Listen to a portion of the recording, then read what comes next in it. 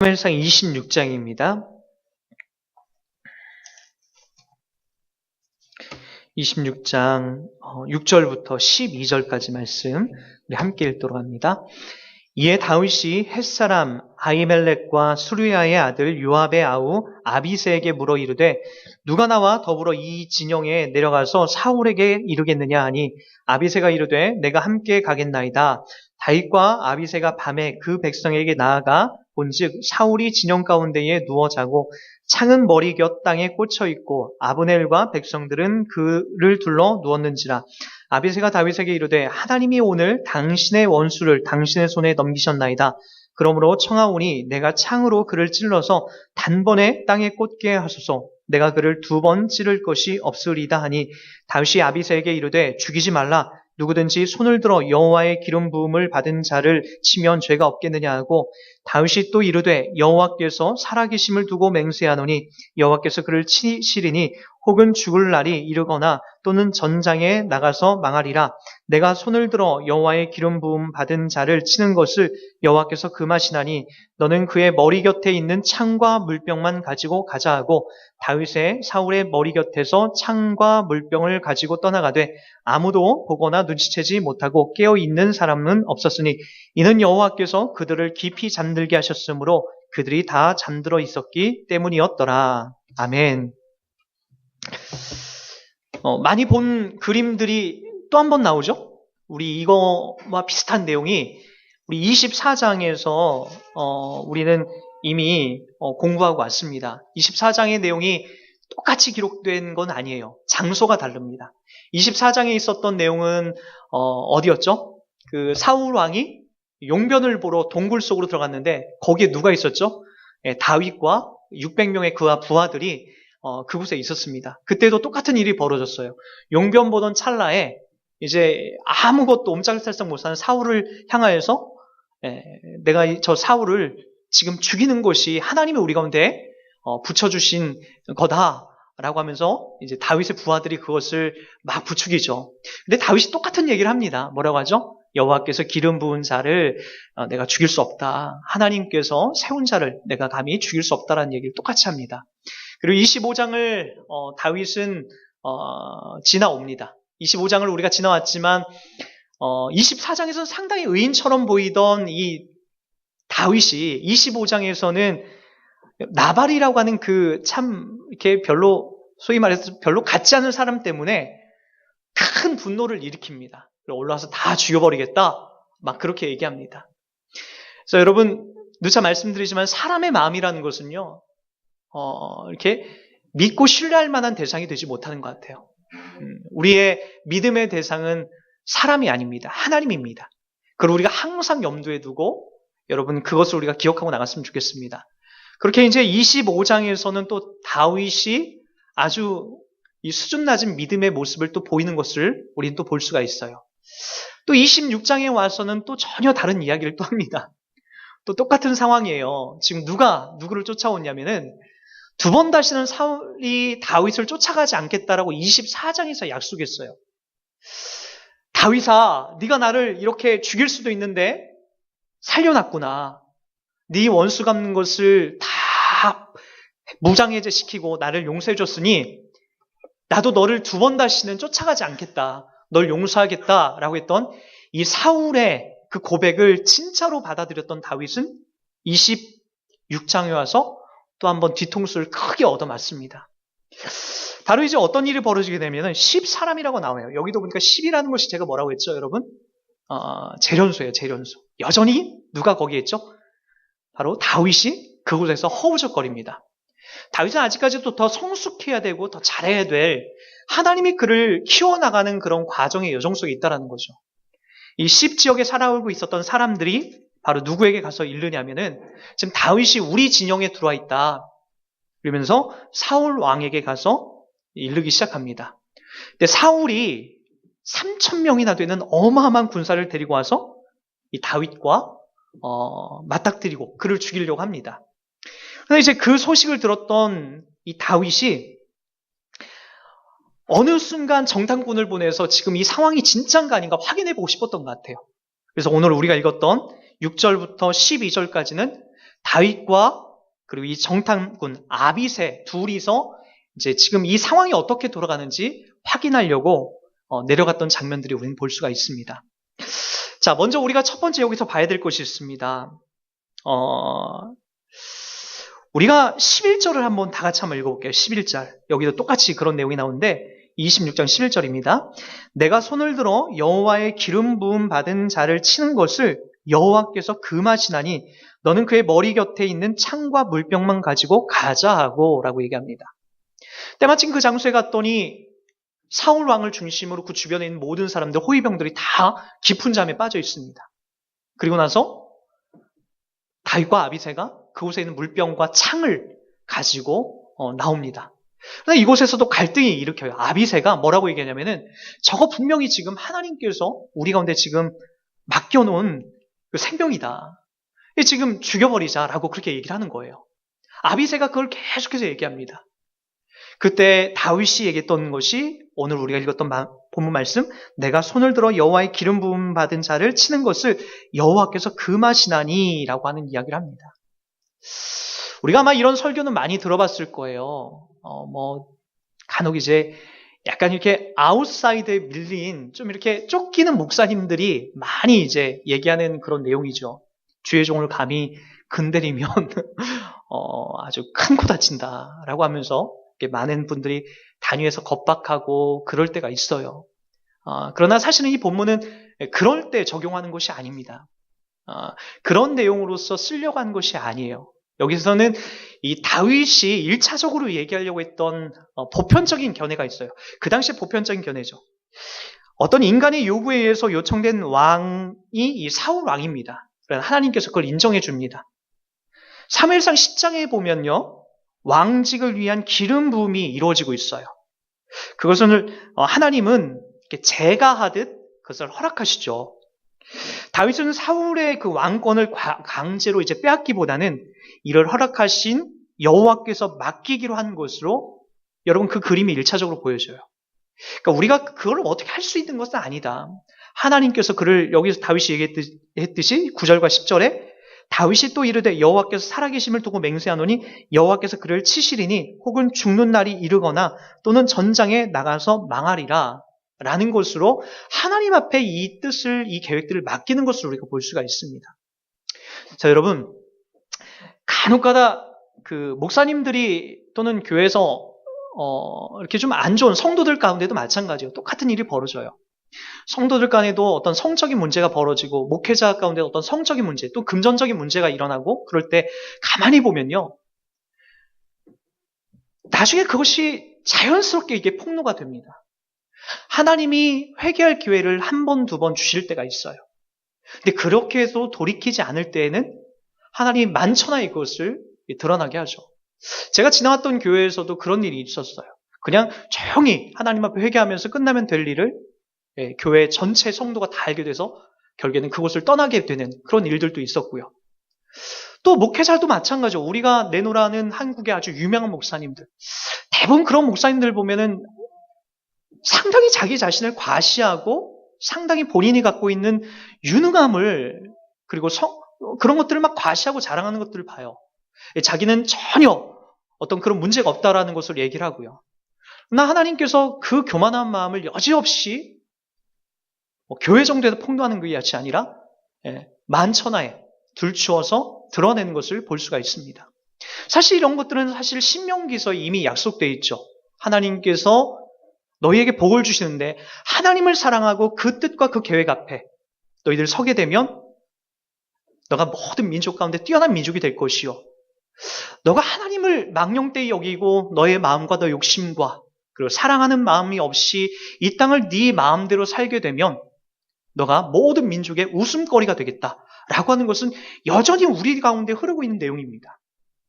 항상 우리가 중심 속에 조심해야 될 것은 내 마음입니다. 하나님이 지금 나를 어떻게 보고 계실까? 지금 나의 모든 모습을 지금 하나님은 어떻게 판단하고 계실까?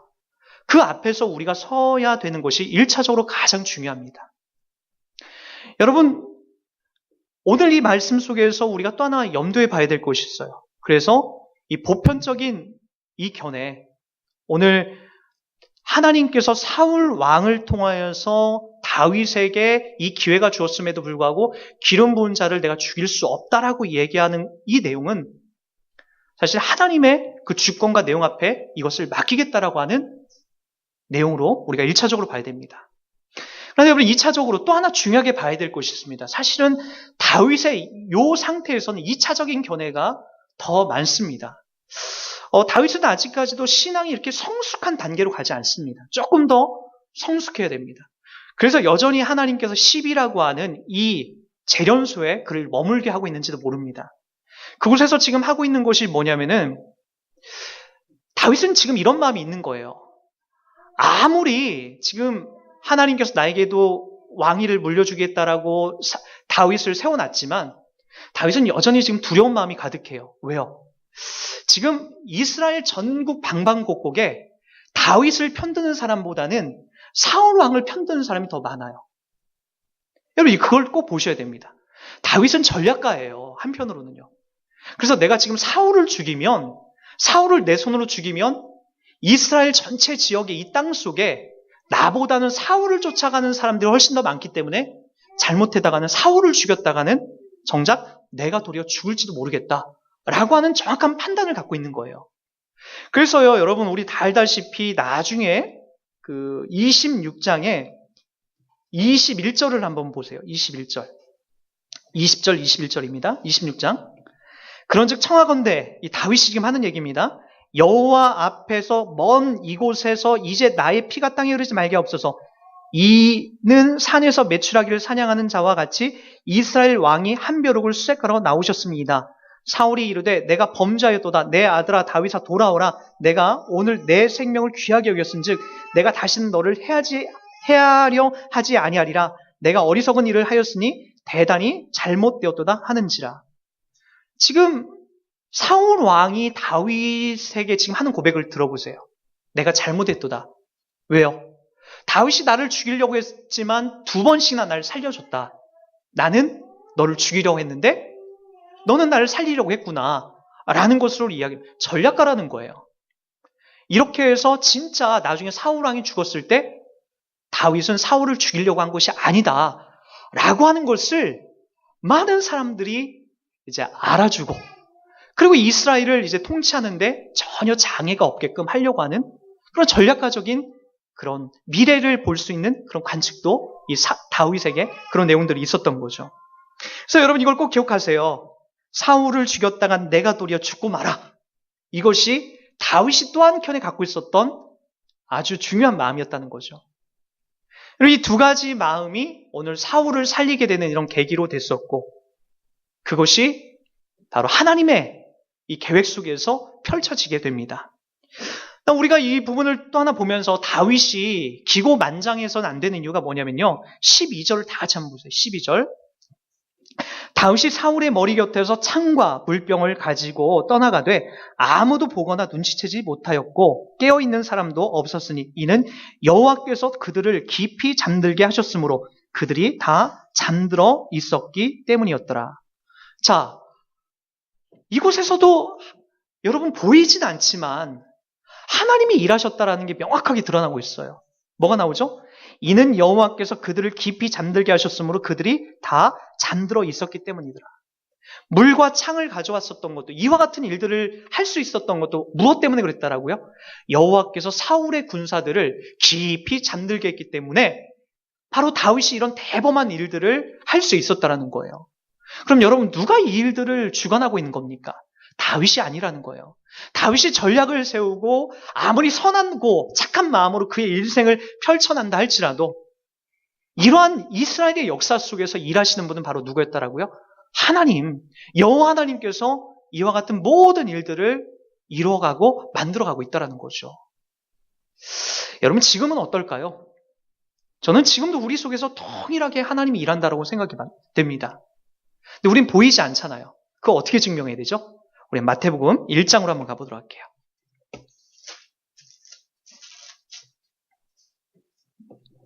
1장 21절부터 23절까지 한번 보세요.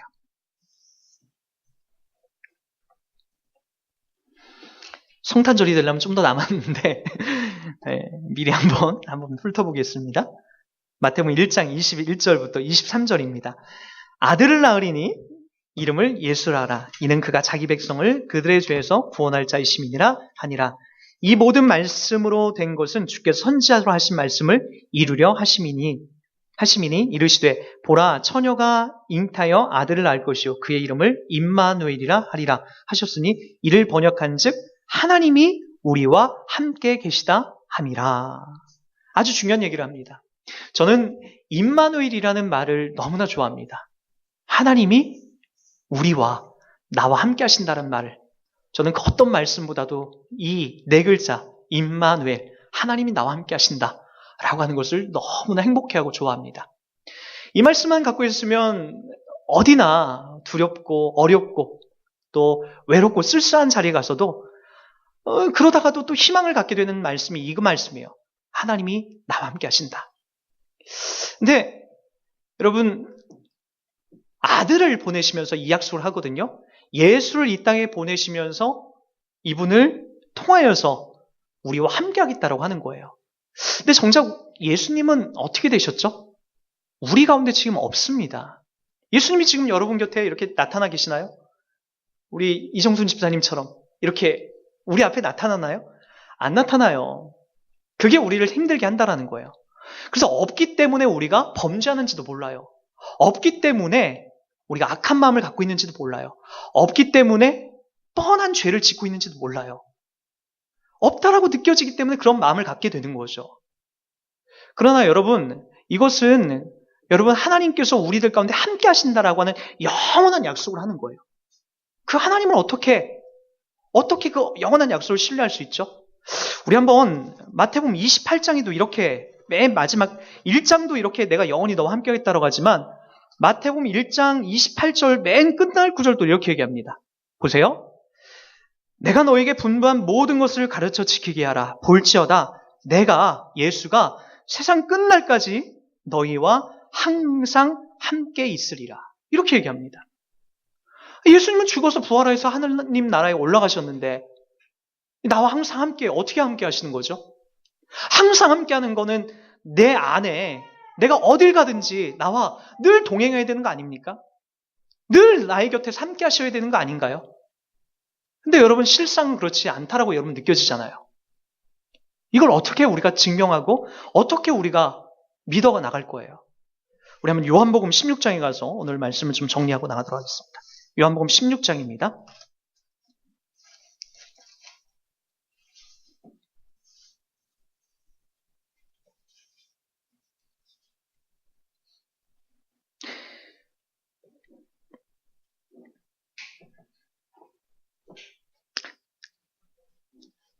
(16장 5절부터) 제가 조금만 읽어드리겠습니다.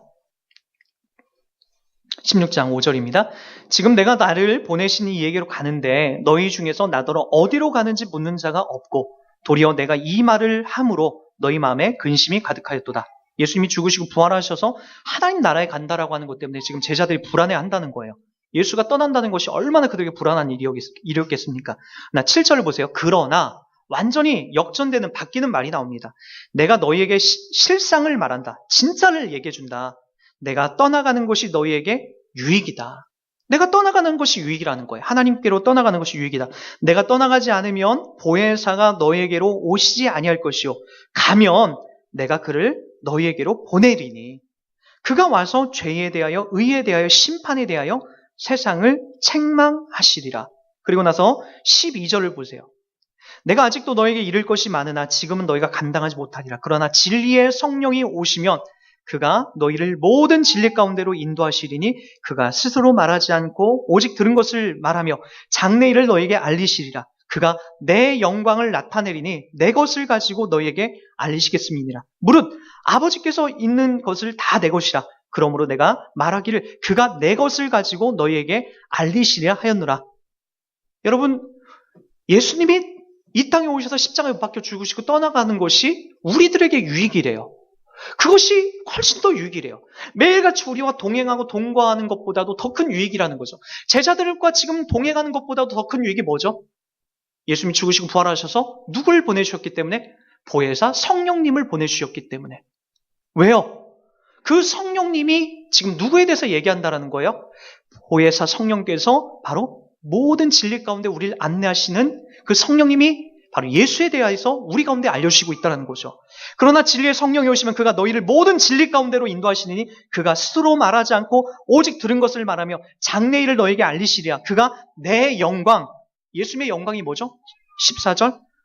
예수님이 영광 받으신 것은 죽으시고 부활하신 거예요. 그거예요. 그게 우리 가운데에 나타나고 우리와 함께하고 있는 거죠.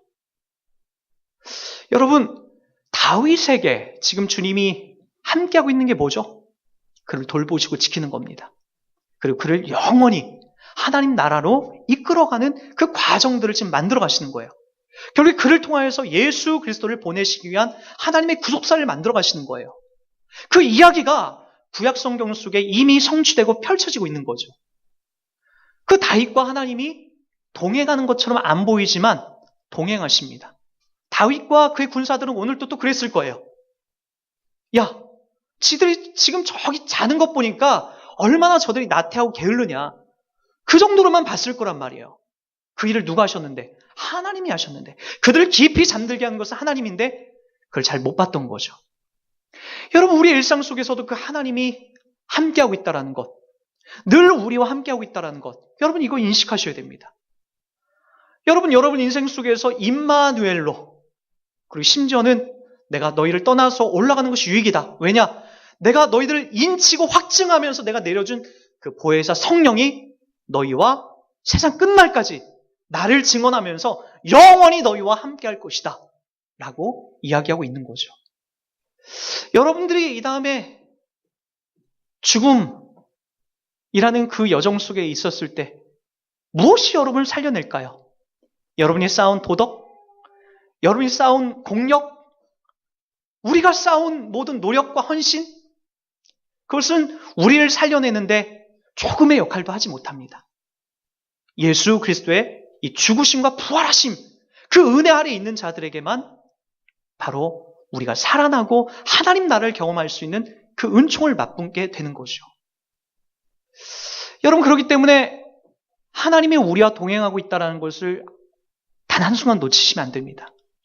하나님은 신실하신 분입니다. 약속을 단 한 번도 어기신 분이 아니에요. 내가 임마누엘로 너희와 함께하겠다. 내가 세상 끝날까지 너희와 함께하겠다는 약속은 그분의 이 명예를 걸고 목숨을 걸고 여러분에게 한 약속입니다. 그러기에 내가 서 있고 내딛는 그 발걸음마다 그분이 나와 함께하고 있다는 것을 항상 단 한순간도 놓치지 말으셔야 됩니다.